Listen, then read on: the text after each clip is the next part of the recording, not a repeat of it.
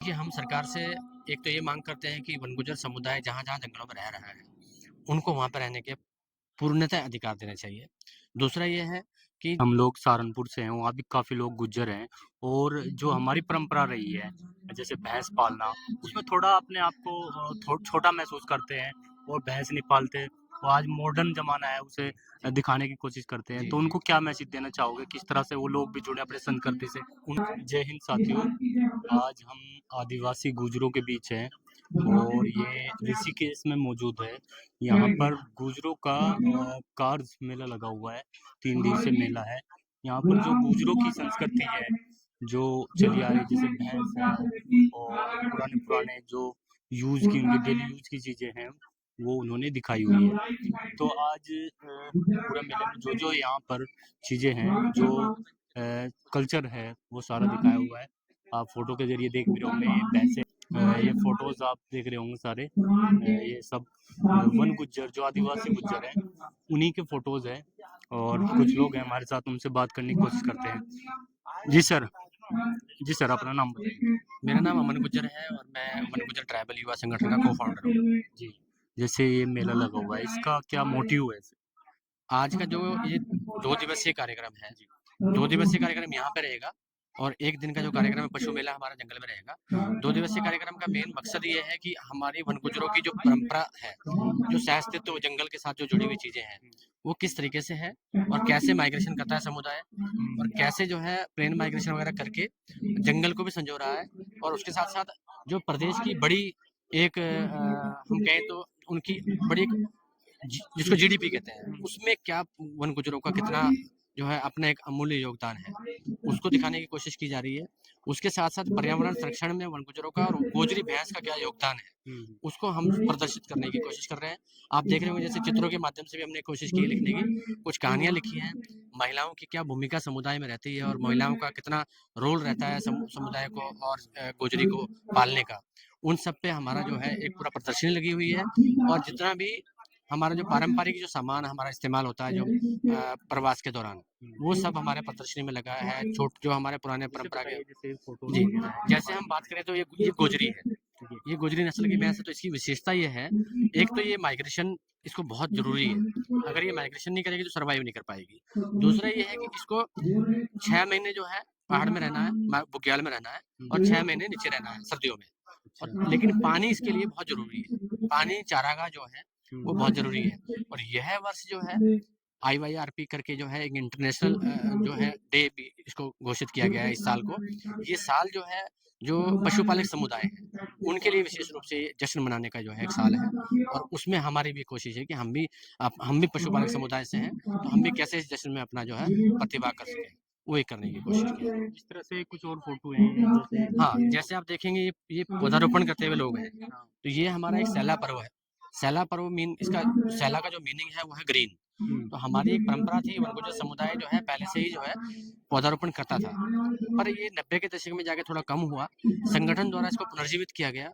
इसको 20 जुलाई से लेकर 30 जुलाई तक बहुत बड़े स्तर पे मनाया जाता है और हज़ारों हजार पौधे रोपण किए जाते हैं, जो पौधे जंगल के लिए लाभदायक हों।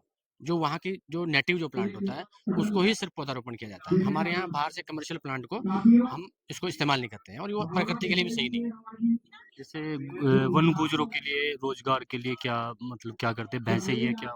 वन गुज्जरों का मुख्य जो रोजगार है वो पशुपालन है और पशुपालन से कैसे वो फिर जो है अपना रोजगार सर्जित कर सकता है, उस पे हमारी कोशिश है कि वन गुज्जर जो है घी बनाते हैं, पनीर बनाते हैं, चीज़ बनाते हैं, तो उनको हम कोशिश कर रहे हैं कि कैसे उनको हम अंतर्राष्ट्रीय और राष्ट्रीय पटल पर रख सकें, ताकि मार्केट में उसको वैल्यू मिल सके, क्योंकि ये एक ऑर्गेनिक ब्रांड है। इसकी अभी तक जो है टेस्टिंग नहीं हुई है, लेकिन हमारी कोशिश है कि इसको टेस्टिंग करा के और इसको ऑर्गेनिक ब्रांड का जो दर्जा मिल सेकंड बनाया जाए पहले। बिल्कुल, बिल्कुल, वो एक बनाने की कोशिश की जा रही है, ताकि समुदाय को जो है इसका लाभ मिल सके।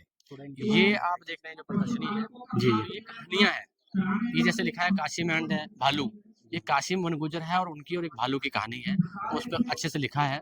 ये है जैसे टाइगर से कैसे लकड़बग्गा बनता है, क्योंकि हमारे यहाँ कहते हैं कि लकड़बग्गा अलग चीज़ है, टाइगर अलग चीज़ है, नस्ल अलग। नस्ल अलग होगी। तो जो पेड़ के ऊपर रह गया, वो टाइगर है, जो पेड़ से नीचे गिर गया, वो देख रहे हैं आप उसके लंग में जो है वो लंगड़ा रहा है। तो ये जाके जो है उसकी स्थिति अंत में ये हो जाती है। तो वो कहानियों से प्रदर्शित किया गया है कि कौन सा जानवर कैसे क्या उसकी उत्पत्ति हुई है, वो एक दिखाने की कोशिश की गई है।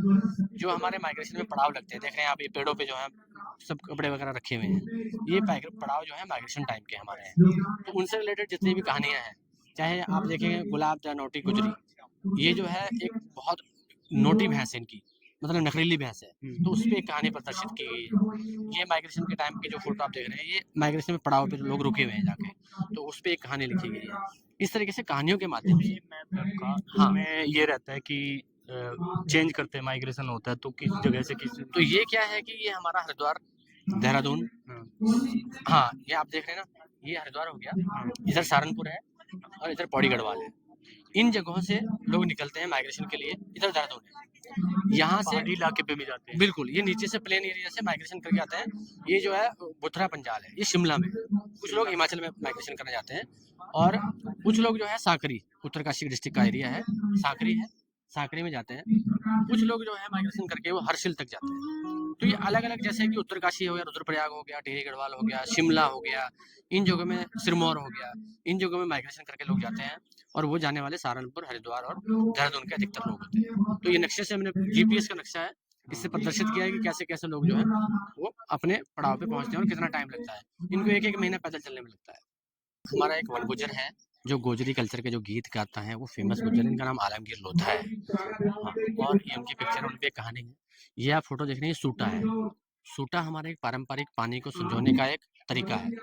जब हमारे पानी नदियाँ सूख जाती है, तो समुदाय जो है पारंपरिक रूप से खोद के पानी निकालता है पहाड़ों की जड़ों से, और उसको इस तरीके से संजो लेता है ताकि जानवर भी पी सके, जंगली जानवर भी, इंसान भी, और हमारे जो पशु हैं वो भी। तो वो एक उस तरीके की एक कोशिश है इसको दिखाने की। ये एडवेंचर इन द फॉरेस्ट इसको ये एक्चुअल में क्या है कि हमारे जो ट्राइबल युवा संगठन द्वारा जो रिमोट एरिया है, जहाँ पे आप देखेंगे कि स्कूल की कोई व्यवस्था ही नहीं है, और 10-10, 20-20 किलोमीटर डेंस एरिया है, वहाँ पे उनको जो ट्राइबल युवा संगठन द्वारा कुछ सेंटर खोले गए हैं जो बच्चों को बेसिक शिक्षा देते हैं, और यहाँ से हम कोशिश करते हैं कि हम इन बच्चों को सरकारी विद्यालयों तक जोड़ सकें। तो वो प्रयास हमारा पिछले 3 साल से चल रहा है, और अभी लगभग 70 से प्लस बच्चे जो है डेरे होते हैं वहीं पे बनते हैं। डेरे हैं, डेरों के अंदर ही स्कूल खुला हुआ है। आप देख रहे हैं वो राष्ट्र ध्वज जो है वो 26 जनवरी का है, और इस तरीके से जो है अलग अलग एक्टिविटी हो रही है, वो टीचर जो है बच्चों को पढ़ा रही है।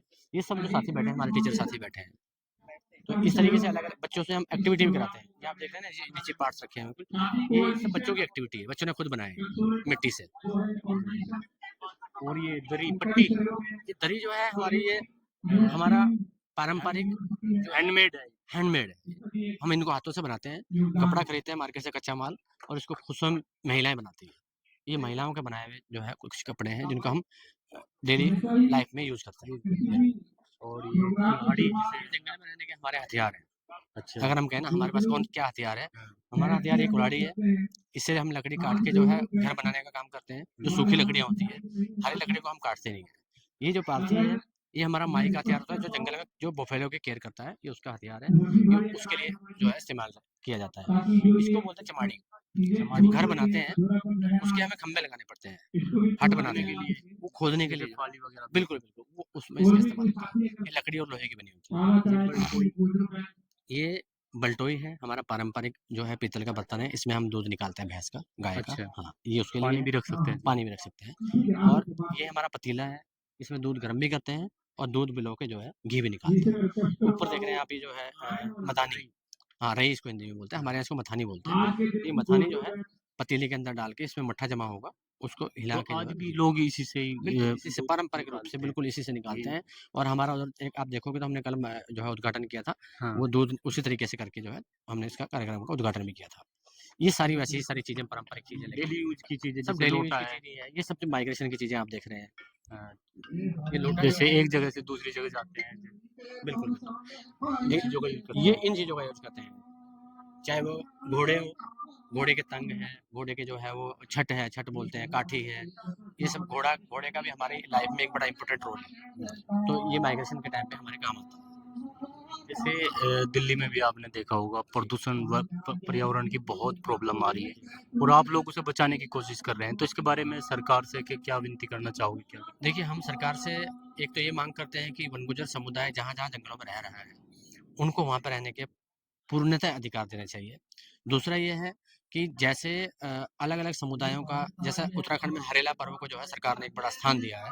हम चाहते हैं कि जो हमारा सैला पर्व है, ये 10 दिवसीय पर्व है और इसमें हम पौधारोपण करते हैं। ये पर्यावरण संरक्षण, मिट्टी संरक्षण करने का काम करते हैं।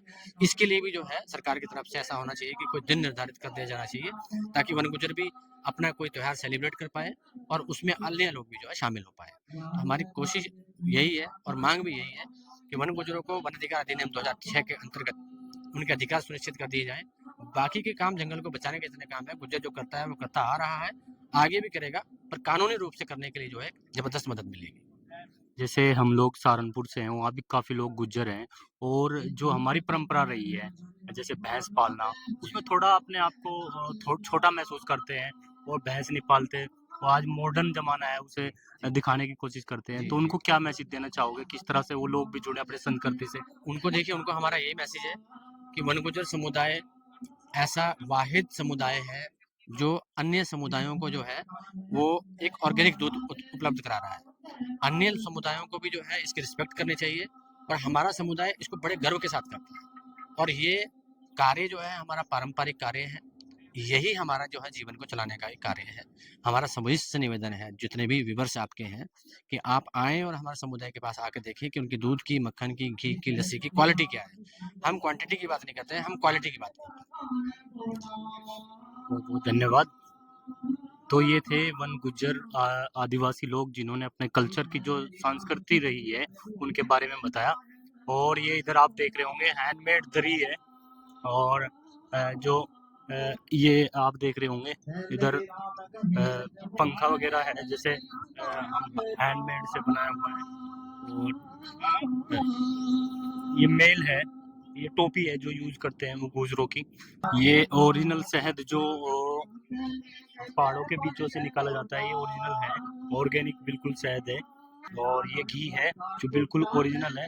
अभी ये इनका जो है पेटेंट नहीं हुआ है, लेकिन ये बिल्कुल शुद्धता है, घर का बिल्कुल बनाया हुआ अपने भैंसों के नीचे से निकाला हुआ घी है। तो जिस तरह की संस्कृति आपने देखी ये गुजरों की जो मेन रही है, आज हम लोग इससे हट चुके हैं और हमें अपनी संस्कृति को बनाए रखना है। जुड़े रहिए अल्टीमेट ओपिनियन से। मैं इफ्तिकार चौधरी। अपनी कमेंट बॉक्स में अपनी राय ज़रूर दें।